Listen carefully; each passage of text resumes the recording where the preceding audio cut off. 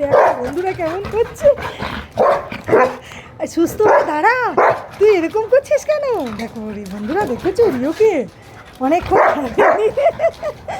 অনেকক্ষণ খেলিস নি না?